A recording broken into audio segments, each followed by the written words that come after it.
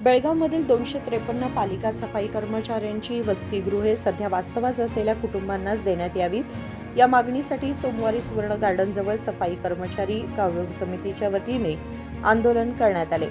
Manual स्कॅव्हेंजर पुन्हा सर्वेक्षणाअंतर्गत 396 कुटुंबांच्या सर्वेक्षण फॉर्मची संयुक्त तपासणी करावी, तसेच पालिका सफाई कामगारांच्या वसतिगृहांची दुरुस्ती करून पाण्याच्या टाक्या बसवाव्यात अशी मागणी आंदोलकांनी केली। याशिवाय 134 पालिका सफाई कामगारांना कायमस्वरूपी नियुक्ती दिल्याच्या आदेशाची प्रत उपलब्ध करून द्यावी, तसेच सफाई कामगारांच्या विविध 32हून अधिक समस्यांचे निराकरण करावे अशी ठाम मागणी करत आंदोलकांनी प्रशासनाकडे आग्रह धरला। ನಮ್ಮ ಸಫಾಯಿ ಕರ್ಮಚಾರಿ ಕಾವಲು ಸಮಿತಿ ಸಂಘಟನೆ ಜಿಲ್ಲಾ ಶಾಖೆ ವತಿಯಿಂದ ಇವತ್ತಿನ ದಿವಸ ನಾವು ನಮ್ಮ ನ್ಯಾಯಯುತ ಬೇಡಿಕೆಗಳ ಸಲುವಾಗಿ ಬೇಡಿಕೆ ಧರಣಿ ಸತ್ಯಾಗ್ರಹವನ್ನ ಇವತ್ತು ನಾವು ಮಾಡ್ತಾ ಇದ್ದೇವೆ। ಮುಖ್ಯವಾಗಿ ಸುಮಾರು 30 ವರ್ಷಗಳಿಂದ ನಮ್ಮ ವಸತಿ ಗೃಹಗಳು ಏನು ನಮ್ಮ ರಾಜ್ಯದಲ್ಲಿ ಪೌರ ಕಾರ್ಮಿಕರಿಗೆ ಎಲ್ಲಾ ಜಿಲ್ಲೆಗಳಲ್ಲೂ ಸಹಿತ ಕ್ವಾರ್ಟರ್ಸ್ಗಳನ್ನ ಹಂಚಿಕೆ ಮಾಡಿದ್ದಾರೆ। ಆದರೆ ಬೆಳಗಾವಿಯಲ್ಲಿ ನಮ್ಮ ಪೌರ ಕಾರ್ಮಿಕ ಬಾಂಧವರಿಗೆ ಸುಮಾರು 30-40 ವರ್ಷ ಸೇವೆ ಮಾಡಿದವರಿಗೆ ಅಲ್ಲೇ ಕಾಯಂ ನಿವಾಸ ಮಾಡಿದ್ರು ಸಹಿತ ಅವರಿಗೆ ಹಕ್ಕುಪತ್ರಗಳನ್ನ ಕೊಡ್ತಾ ಇಲ್ಲ। ಹೀಗಾಗಿ ಇದು ಒಂದು ದೊಡ್ಡ ಅನ್ಯಾಯ ಆಗಿದೆ।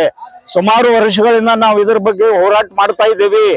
ಅದಕ್ಕೆ ನಮ್ಮ ಒಂದು ವೇದನೆ ಮೂಕ ರೋಧನ ಆಗಿದೆ ಇವತ್ತಿನ ದಿವಸ।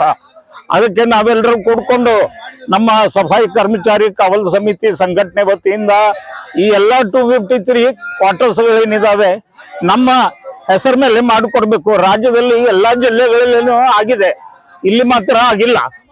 ಅದಕ್ಕೆ ಎರಡನೇದಂತಂದ್ರೆ ಇಲ್ಲಿ ನವೆಂಬರ್ 2020ರಲ್ಲಿ ನಮ್ಮ ಮ್ಯಾನ್ಯುವಲ್ ಸ್ಕ್ಯಾವೆಂಜರ್ ಸರ್ವೆ ಆಯಿತು।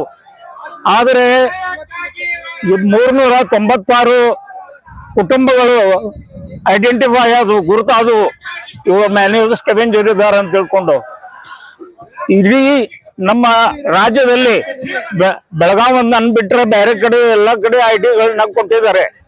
ಇಲ್ಲಿ 4-6 ವರ್ಷ ಆದರೂ ಸುದಕ್ಕ ನಮಗೆ ಇನ್ನೂ ಮಟ್ಟ ಐಡಿಗಳು ಕೊಡ್ತಾ ಇಲ್ಲ। ಇದರ ಬಗ್ಗೆ ನಾವು ಯಾವುದೇ ಸೌಲಭ್ಯಗಳನ್ನ ತಗೊಳ್ಳೋದ್ರಿಂದ ವಂಚಿತರಾಗಿದ್ದೇವೆ। ಅದಕ್ಕೆ ನಮಗೆ ಇದು ಎರಡನೇ ಬೇಡಿಕೆ ಇದೆ।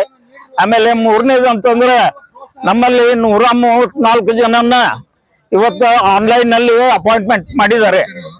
ಆದರೆ ಅವರಿಗೆ ಕಳೆದ ತಿಂಗಳನ್ನ ಡಿಕ್ಲೇರ್ ಮಾಡಿದ್ರು ಸಹಿತ ಇವತ್ತಿನ ಮಟ್ಟನೂ ಸುದಕ್ಕೆ ಅವರಿಗೆ ಅಪಾಯಿಂಟ್ಮೆಂಟ್ ಆರ್ಡರ್ಸ್ ಕೊಡ್ತಾ ಇಲ್ಲ।